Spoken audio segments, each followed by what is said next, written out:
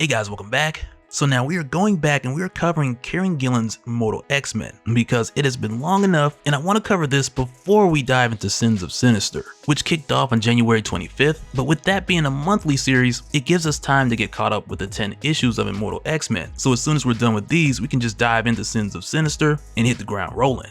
But with that said, if you're new to the channel, be sure to subscribe to catch the spills every week, and don't forget to hit that bell up top so we can squad up in the comments for the first hour. Alright, so with how this begins, we start off with Mr. Sinister in Paris, France, in the year 1919, and we're shown at this time Destiny had joined him to give him a message. And just to be clear, this is Irene Adler, the wife of Mystique, who we had talked about recently during Judgment Day. But it's here where she comes to speak to Sinister, where she tells him that war is coming, and initially he thinks that she's talking about France going back to war. And I mean, at this point they just came out of one, and I want to say they're going to be back at war in less than a year or so. So it makes sense that Sinister would respond this way. But quickly Destiny lets him know that it's much bigger than what he realizes, and it's likely that the two of their fates are joined together. And regardless of whether they end up winning or not, she tells him that they need to be on the same side. And it's here where Destiny tells Essex to listen, as she whispers something in his ear, and immediately to Destiny's surprise, Sinister just collapses on the ground. And just after this, we see Mystique make her way there, asking Destiny what did she tell him. But in response, Destiny asks Mystique if she trusts her. But with how this conversation plays out, it's like a bit of cryptic foreshadowing, because Mystique responds to Destiny, telling her that if the whole world were to succumb to dust,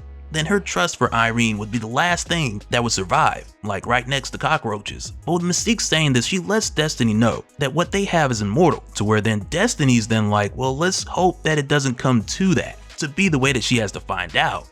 But now after this, we then head over to the present day, where we find Sinister in one of his secretest of secret labs. And it's here where we jump in, where we find Sinister checking logs, as well as a calendar that lets him know of a significant event taking place today.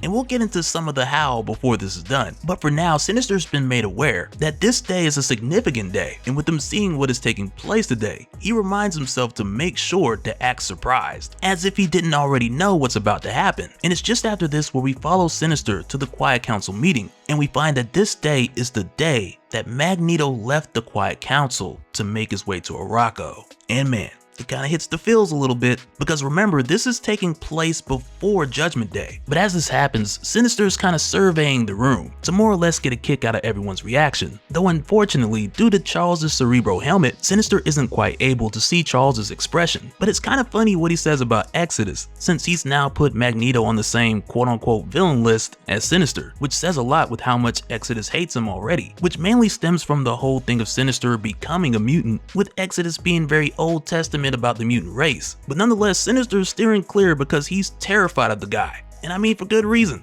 But then it comes to the point where Sinister notices Destiny staring at him, and then all of a sudden he's like, oh yeah, act surprised, and he just jumps up like, what? And he slams his hands on the table, only to then think to himself like, was that too much? Am I doing the most? But then the kicker really happens here when Emma Frost, who has been side-eyeing both Eric and Charles since the reveal of Moira McTaggart, but she then suggests that Eric be removed from the council effective immediately, which quickly goes into a vote that unanimously goes in Emma's favor. And with how this happens, it really just pushes Eric even harder to go to Arakko and eventually to join the Great Ring, because he knows there he's not going to get stabbed in the back. Because in Arakko, if somebody has a problem with you, it's their custom to take you head on rather than stabbing you in the back. But then from here, the Quiet Council, they then shoot through a number of different applicants to take Magneto's seat at the Autumn Table, like Warren Worthington III, Penance, Gorgon, Vulcan, Abigail Brand, as well as Hank McCoy. But even still, none of these guys were filling the shoes of Magneto. And other suggestions were made like Legion, but Charles quickly shot that down. But there's even talks of others who more or less declined, as well as suggestions of some of the Arakai, with Storm mentioning that she had talked to Sobinar, Lotus Logos, as well as Xylo, only for them all to respond that they're not interested. And at one point, Doug Ramsey is even solicited, but with him being the omni-linguist who's integrated with Krakoa, chances are it'll compromise everything. And it's for that reason that Doug Ramsey declines as well.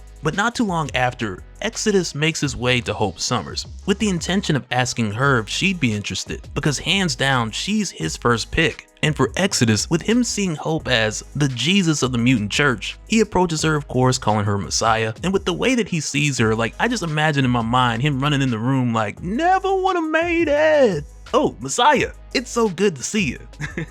But through his lens, with Hope raising the dead, through the resurrection process with the Five, nonetheless, he sees that as her raising the dead. And his argument is that she's given mutants their own heaven. But Hope's kind of like, no, those are backup drives. And at one point, he even talks about her being filled with the Holy Spirit. But then Hope's like, nah, you mean the Phoenix Force? And again, for Exodus, like, I just imagine he's like, I can't help it. I'm an acolyte. But eventually, Hope is just like, okay, what is it? What do you want? And a huge smile just fills Exodus' face, because now he gets to ask if she'll meet with the council and take that chair.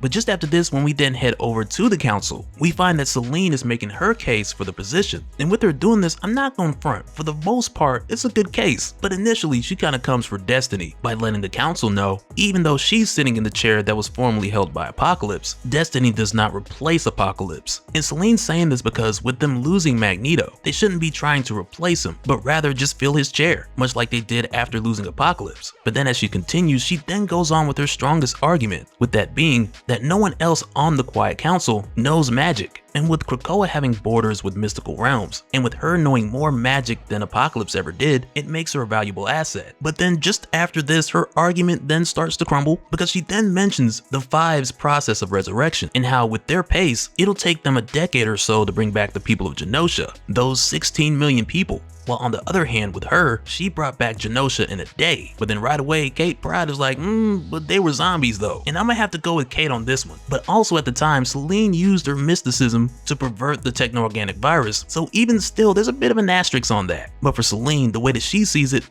they weren't technically zombies. So for Selene, she sees it as a W. But then it's here where Hope shows up, telling the council that it needs to be her. It has to be her. Because as it stands, the Five are the foundation of Krakoa, and Hope lets the council know if the Five aren't being heard, or if they're worried about what's going on, that's a real problem. And Hope tells them that the Five need representation on the council, to where then Sinister's like, it sounds like she about to say or else. Like that statement sounds like it was going to be followed by an or else. And surely enough, as Hope leaves, she lets the council know that she doesn't think that the people are going to take it well if they hear that she was denied a seat, because all the people love the Five for obvious reasons, and if they deny Hope, you can only imagine how the people will respond. And God forbid the Five have a strike, then you'll have some serious problems. But then of course with Selene hearing this, she's upset because the Eternal Gate that reached Araco was made from the bones of her fellow externals. So in a way, she feels like they owe her this. And for that reason, as she leaves, she then drops a bit of an or else, air quotes, herself, with insinuating the trouble that would come if the disruption gates went away. But soon after both Hope and Selene had left, Xavier called for a vote, starting with Hope. And it's here where Sinister is kind of like, yeah, these suckers, I know exactly how this gonna go. And just to make sure that he doesn't seem suspicious, he plans to vote against Hope to more or less cover his hand. Because with how he sees it, even with him voting no, Hope is still gonna win.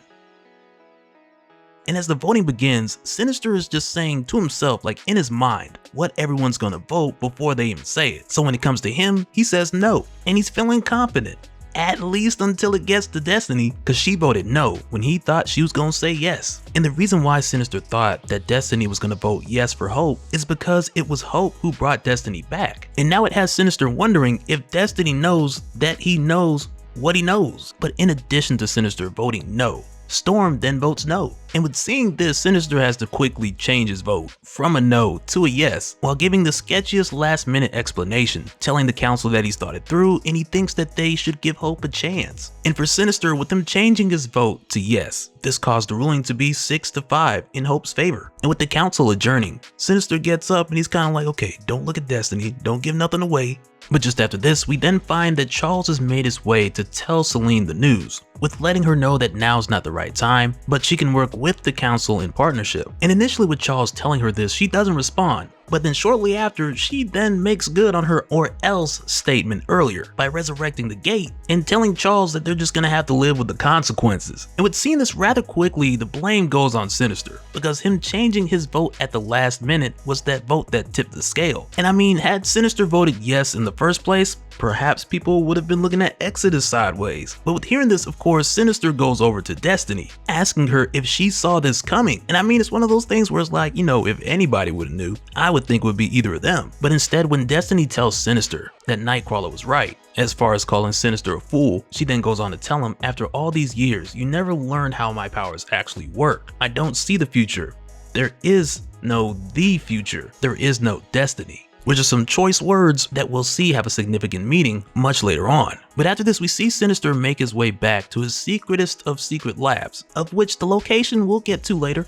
The name is very familiar, but with things going awry and Sinister knowing that he had missed something, he uploads the relevant details of this day from his brain because Selene shouldn't have escalated the situation today. But also, while Sinister's in here, can we talk about some of the weird stuff he has going on? Like this gun that he has that fires the clone eyeballs of Scott Summers?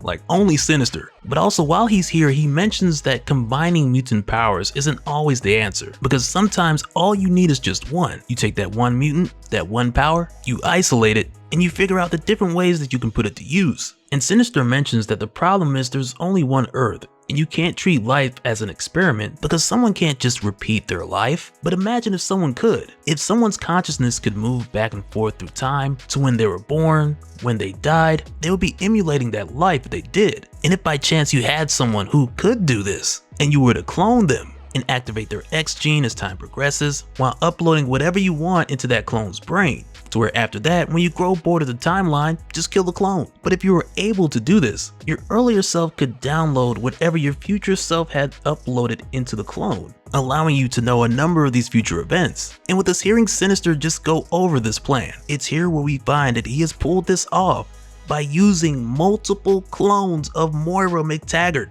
And man, with seeing this, it only gets crazier.